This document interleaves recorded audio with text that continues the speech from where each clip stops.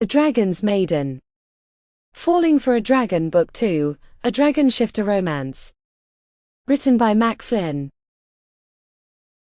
Chapter 1. People can sense the things that lurk in the dark. Maybe that's why a whole city was abandoned almost overnight.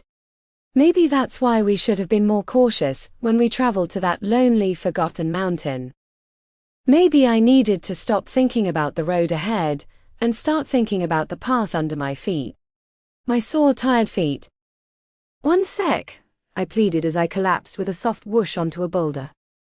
I crossed one leg over the other and removed my leather shoes to massage my foot. "I think my foot's about to fall off." Ross and I found ourselves along a dusty dirt road no wider than a cart. The path had once been at ground level, but countless centuries of foot and vehicle travel had dug a large ditch into the ground so that earthen walls surrounded us like a tunnel. Trees of strange leaves like maples and birches grew atop those walls, and their branches hung over the road, giving us shade against the hot, bright sun that loomed overhead. It had been 10 days since our adventure ended at the river, and every one of those days had taken its toll on me. My perma-wrinkled clothes were covered in mud stains, and I could only imagine what my face looked like. Calluses covered the bottom of my feet, and I could barely feel my hand as I massaged the sole. Ross took a seat on the wide boulder and stretched his arms above his head. "Stopping isn't such a bad idea, but only if we don't stop for too long." I wrinkled my nose. "Do you really think Corvinus has sicked a bunch of, what do you call them?"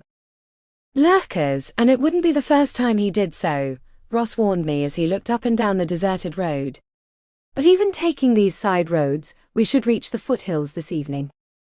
I looked up the road which lay to our right, and beheld the same snow-capped mountains I had seen at the river. Now though, after 10 days of walking, they were much closer.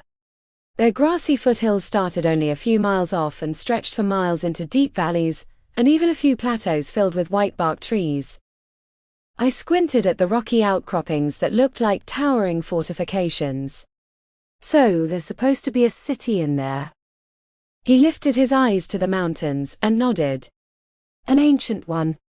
Brother Collins used to tell me tales about it when I was young, and I went looking for it after I left home.